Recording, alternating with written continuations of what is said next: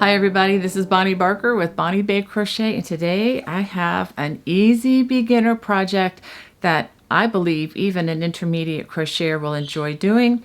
I believe anybody out there could make this in 3 hours or less. I am an experienced crocheter. It took me about an hour and a half from start to finish. All you need to know is how to crochet a chain, a single crochet, and a slip stitch. This is a great learning project, and it's a one skein wonder.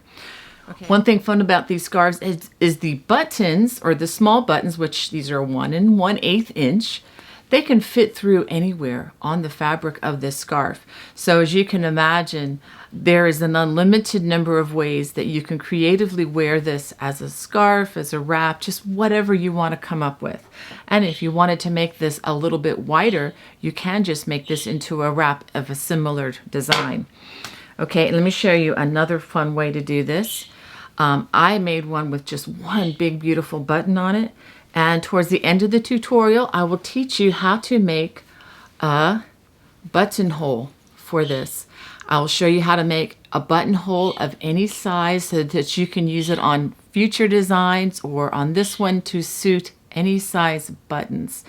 And you will not believe how easy it is. I promise you, you still only need to know single crochet and chains in order to do the buttonhole. And I'm going to show you some examples of how you can wear these scarves, and then after that I will show you what you're going to need and we'll dive right into making them.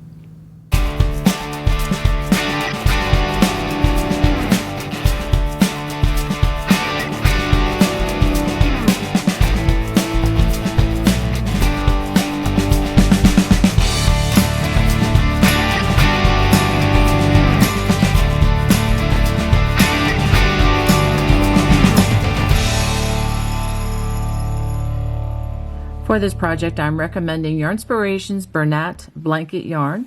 Some of the stats on this yarn: it is a number 6 or super bulky. If you don't have this yarn available, feel free to use any other number 6 or super bulky weight yarn. This particular yarn is 100% polyester. It is a 10.5 ounce ball of yarn, and which has approximately 220 yards in it. I'm not sure that we're going to use all of that. This particular color is called Vintage White. I'm also going to be using a size N or 15 or 10.00 millimeters crochet hook. And if you are viewing this from outside the US, do be careful that the letters and the numbers of this particular size hook may vary from country to country. The important thing is that you get a hook that is 10 millimeters. Okay, and I'm also recommending that you have a pair of sharp scissors and a yarn needle for hiding any loose ends. I'm also recommending that you have 4 buttons, and the ones shown here are size 1 1/8 inch in diameter. Of course, you can use any size button that you believe would fit through these holes. And if you want to use a particularly large button, which I will demonstrate for you at the end of this video, I will show you how to make buttonholes of any size. So really any size buttons that you think will complement your scarf will work fine. Don't forget to have matching thread and a sewing needle with which to sew them on. To begin, I'm going to start with a slip knot made just like this. Because you can slip it out, I'll undo it and show that to you one more time. If you need additional videos for these beginning stitches, check the video link below. I will have additional stitch videos for you there.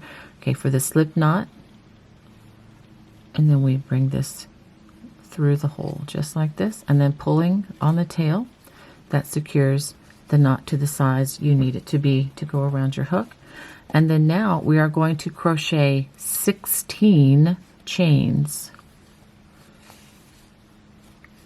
and I'm going to crochet 3 at a time and then reposition my fingers because these are very large stitches.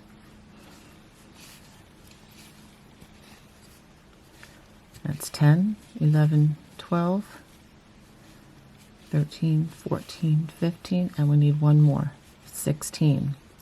So now that we have our starting chain of 16 single crochets, we're going to start in the second chain from the hook. This is the first chain. We're going to start in the second chain, and we're just going to stick our hook in that loop, pull up a loop, yarn over, and pull through 2. That is a single crochet, and we are going to work single crochets all the way across this row.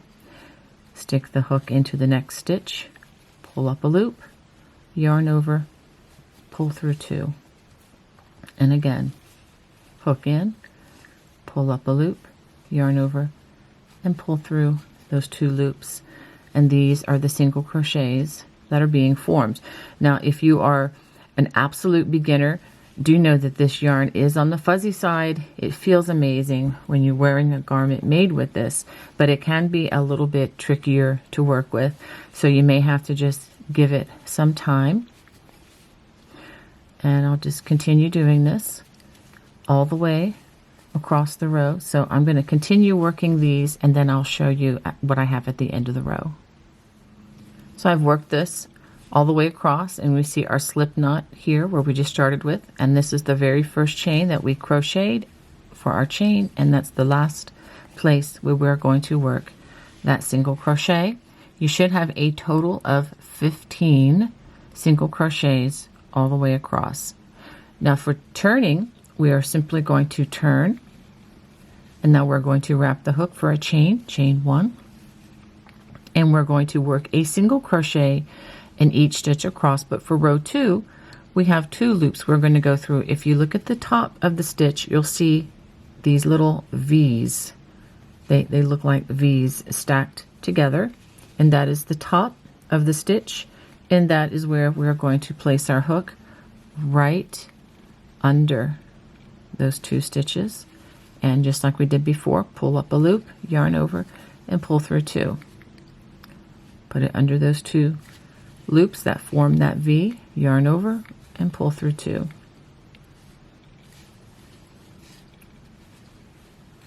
So go ahead and work those single crochets all the way across the row.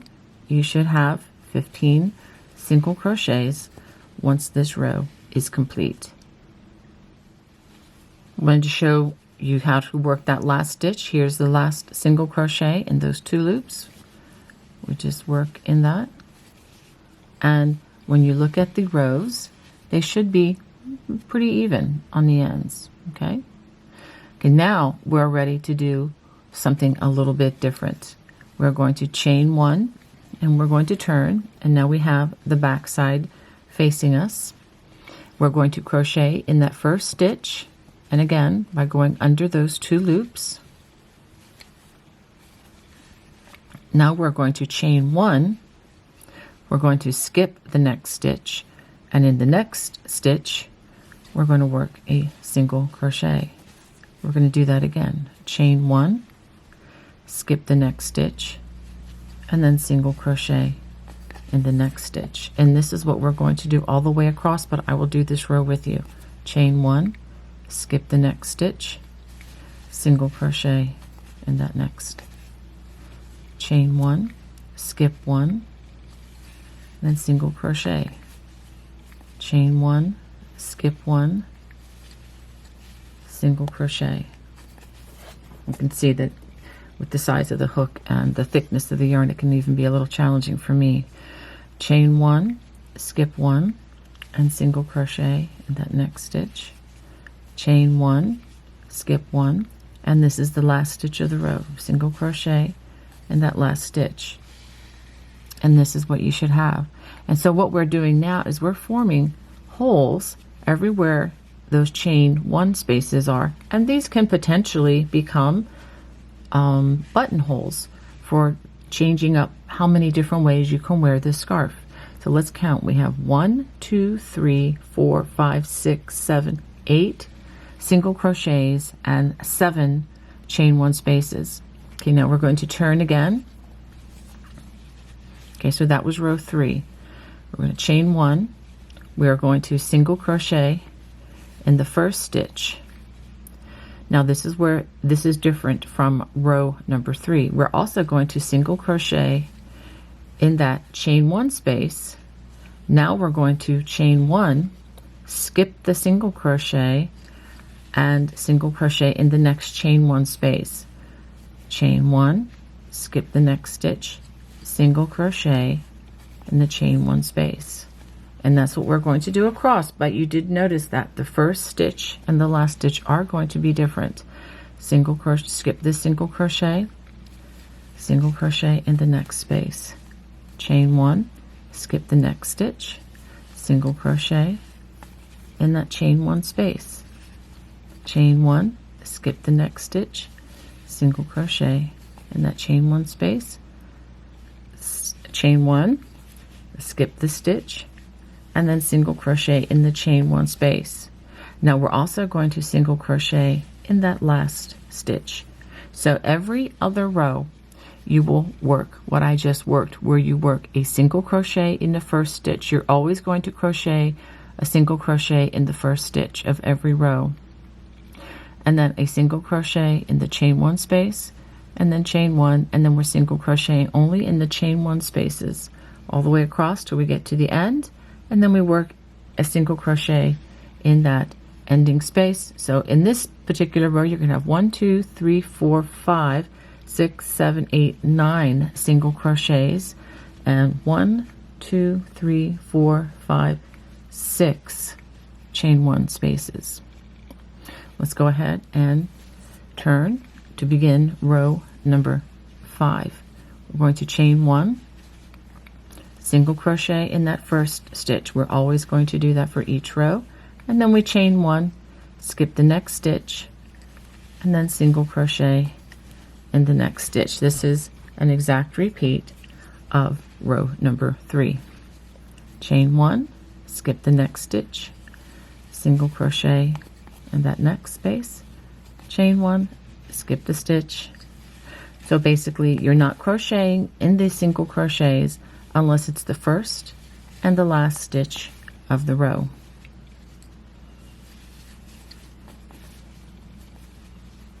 And I'm just working this all the way across. I am picking up a little speed,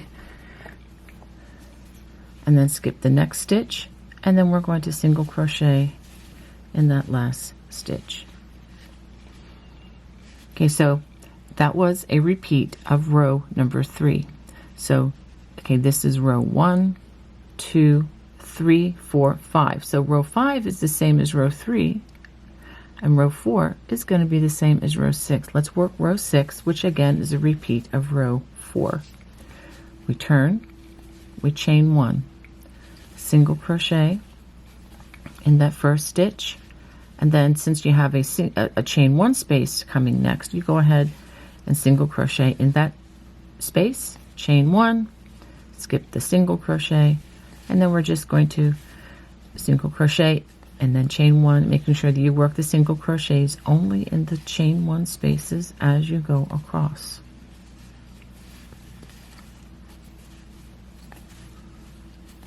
And I'm going to work this all the way across, and then I'm going to give you a very large assignment, but a fun assignment. Okay?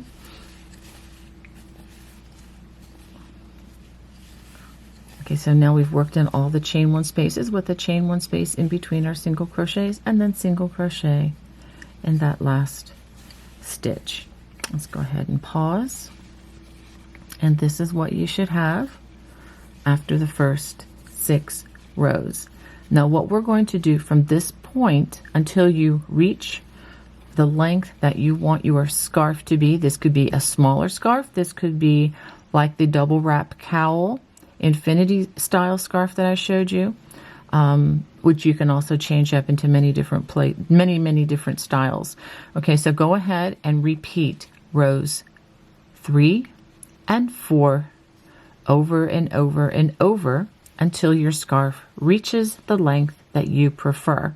And then in a minute I will show you just how many rows it took and the length that I achieved with what I have so far.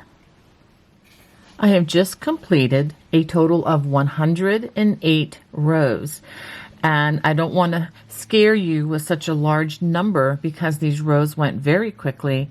And even though I'm an experienced crocheter, I do believe this is a project that you could easily complete in under 3 hours. I have been working on this for less than an hour and a half, It has been rather enjoyable, to be honest with you, and it has grown quite quickly. This is approximately 60 inches from the top to the bottom. Now, as far as the width of this scarf, this is about 7 inches, maybe 7¼ inches across. Now, before I show you the last 2 rows for this project, I wanted to spend just a couple minutes doing some troubleshooting, because chances are, if you're an absolute beginner, you may have had trouble with this scarf either growing or perhaps shrinking. In other words, gaining additional stitches that you don't want. The way you can find that, if you see like a little bulge on one side or the other, you know that you've added more stitches. And let me show you one place where I tended to do this myself. This would be a repeat of row number 4, and this is where you have a single crochet, and then you immediately crochet a single crochet in the chain 1 space, chain 1, etc., all the way across. And then what I found myself doing is, instead of working the single crochet in the chain 1 space and then a single crochet in that final single crochet, this is what I was doing. And again, this is what not to do, and this is how to fix it. So I was chaining an extra chain that I did not need, and then chaining, or rather single crocheting in that spot, and it didn't look bad. But then when I would chain 1 and then continue on, I would single crochet in the first stitch and then single crochet in that chain 1 space, and then chain 1 and then single crochet, etc. Now look what happens. Do you see this? Do you see how this is sticking out excessively? And definitely more than the other row ends. So that would happen, and I know, oh, I have to take that out. That is not correct. And then that's when I found that I had added this chain 1 space. So the cure to that is to go back and pull out that chain 1 space, and just hope that you don't catch this, that you catch this right away and not, 10 or 15 rows into it. And let me just say that if it is 15 or 10 rows down, and you don't want to tear that all out, if this is your first project, you feel free to leave it and just tell people it was, it was intentional. It's an avant-garde or creation. So to correct that, you don't put the chain 1 space. You go directly to a single crochet, so that the beginning of the row with those 2 single crochets without a chain, they should match, okay, as a repeat of row 4. Well, anyway, let's go on to the last 2 rows. This would be for row 109 and 110. We're going to chain 1, and these are both going to be pretty much the same. We are going to work a single crochet in each single crochet and in each chain 1 space all the way across. And if we didn't add unwanted additional stitches, we should have a total of 15 when we get to the end of this row. So let's go ahead. I'm just going to work this one with you. I'm just working a single crochet in each stitch, and effectually, yeah, each stitch, which includes the single crochets and the chain 1 spaces. And these last 2 rows, or the first 2 rows, however you want to work it, are going to be the home of the buttons that we select to pass through these holes. And what's kind of fun about this is the entire project is totally reversible. Okay, so now let's go ahead and do a count. 1, 2, 3, 4, 5, 6, 7, 8, 9, 10, 11, 12, 13, 14, 15. I love it when the math works. Chain 1. Now for the final row, let's go ahead and turn again. It's getting a little twisted up on me. But so we're just going to work single crochet in each stitch across. So I'll go ahead and do that, and I'll show you the last stitch. Now as we work the last stitch, just work a single crochet, and I do have 15 stitches all the way across. And to fasten off, we're going to make a chain. And what I'm going to do, I'm going to pull this tight in just a second, but before I do, I'm going to use my scissors and cut a generous strand so that it's long enough to make it easier to hide. I'm going to pull it through and then go ahead and give it a nice tug. Now with this particular yarn, do not pull it super hard, because if you do, let me show you what will happen. If you pull it too hard, it'll snap on you just like that. So you don't want to snap the yarn. That's why I recommend that you have a pair of scissors handy. Now I'm going to go ahead and show you how to hide this loose strand. Now, since we only are using one ball of yarn and I still have a little bit left, so if I want to make something else, you know, with the remainder, I can. So now that we have the yarn threaded, we are going to hide our strand. Now, I usually say hide on the back side, but since this is reversible and this yarn is so fluffy, this is going to be very easy to hide. So what I'm going to do is I'm going to bring this down, kind of like this, and give it, pull on it, you know, kind of gently. And I'm just going to run it underneath this last row, and it should hide this quite well.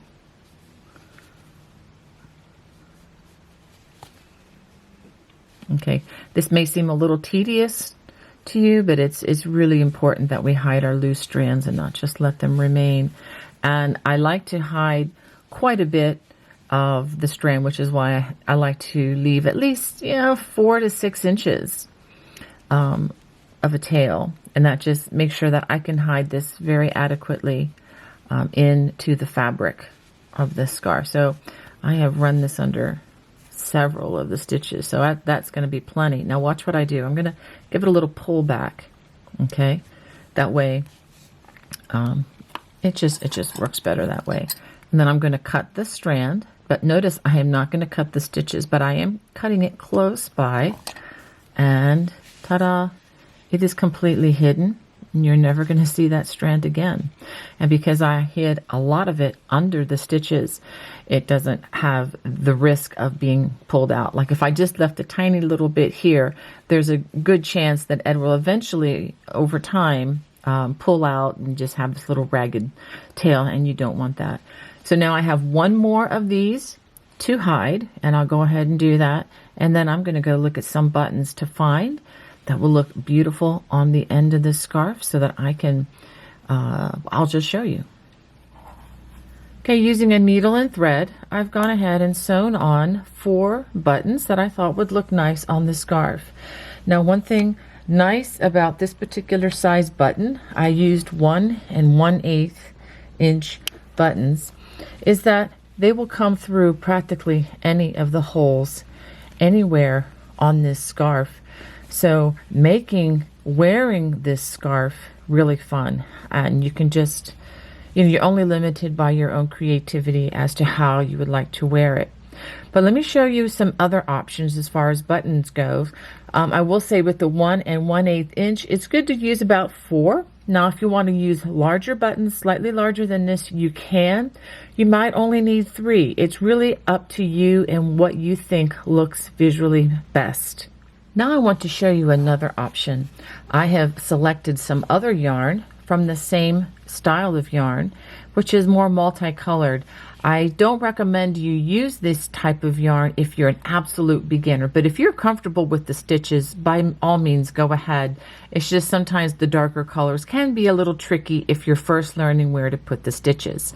But that aside, let me show you what I'm going to do with this scarf. I am going to use one huge button right here on the scarf, but obviously this button is going to be too big to slip through these holes. So I'm going to show you how to make a buttonhole, and you can make a buttonhole of any size using the method I'm just about to show you. Okay, looking at the diameter, it looks as if this button will be approximately 5 stitches wide.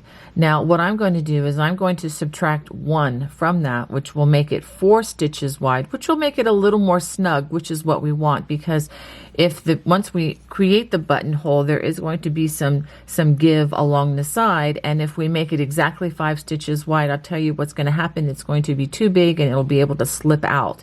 So let's try 4 stitches wide, and since we have, let's see, we have 15 stitches across, and so that means we're going to have 5 stitches on one side, and then it looks like 6 stitches on the other, if I'm doing my math correctly. All right, so let's go ahead and get started. As you can see, I've gone ahead and I have already worked the row of straight single crochet. So there are no chain one spaces. This is all single crochet in the previous row. I'm going to chain one, and I'm going to single crochet in the first 5 stitches.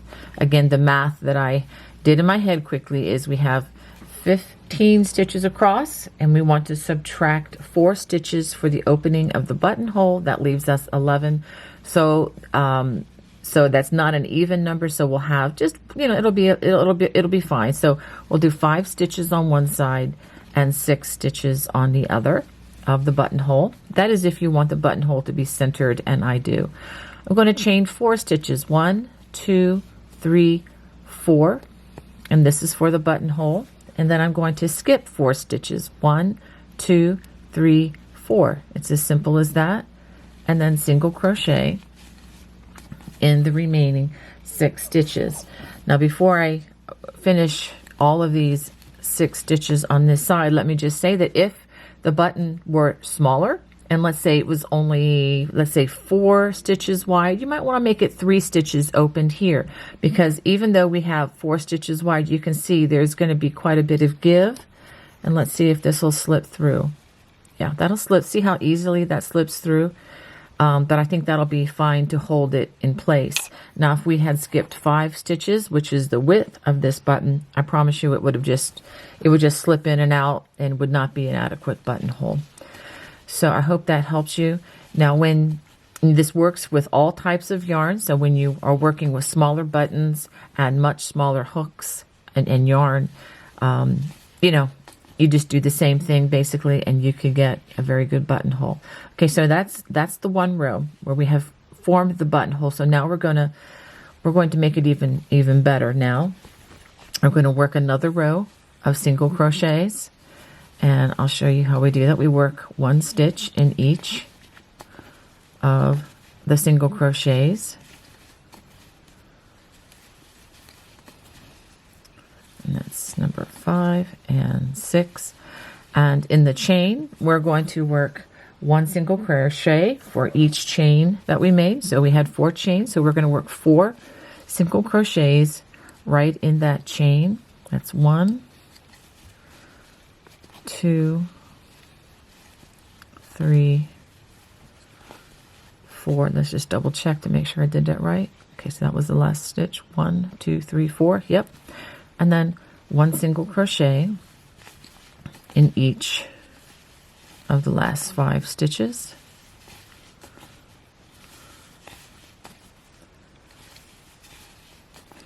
Okay, so we could end it there, but I think what I'm going to do, since this button is so large and I want, you know, stitching to be behind the entire button, I'm going to do 1 more row of single crochets just to kind of help firm that buttonhole up, since it is a very large buttonhole.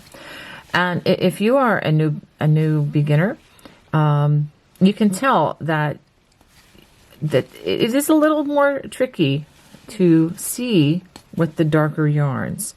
And even though the variegation of this yarn is so much fun to work with, you may want to select some lighter colored choices of this yarn, or you could just go ahead and be brave and choose some of the darker colors as well, just to let you know that darker yarns tend to be just slightly harder to work with, just mostly because of the visuals and seeing where the stitches go. If you're an absolute beginner, I just want you to have the absolute best start in the whole wide world to this craft. Okay, so this is the last stitch. I'm going to go ahead and do the chain, and then I'm going to cut a generous strand just like I did before. And I'm going to pull this through before I tighten it. And you know, don't over tighten, because you know the yarn can easily break and you don't want that to happen. Okay, so what I'm going to do to the other side is I'm going to sew this button on, and then it should slip through. No problem, and that's going to look beautiful on this scarf, I believe. Well, let me go ahead and sew this on, and then I will show you what I have.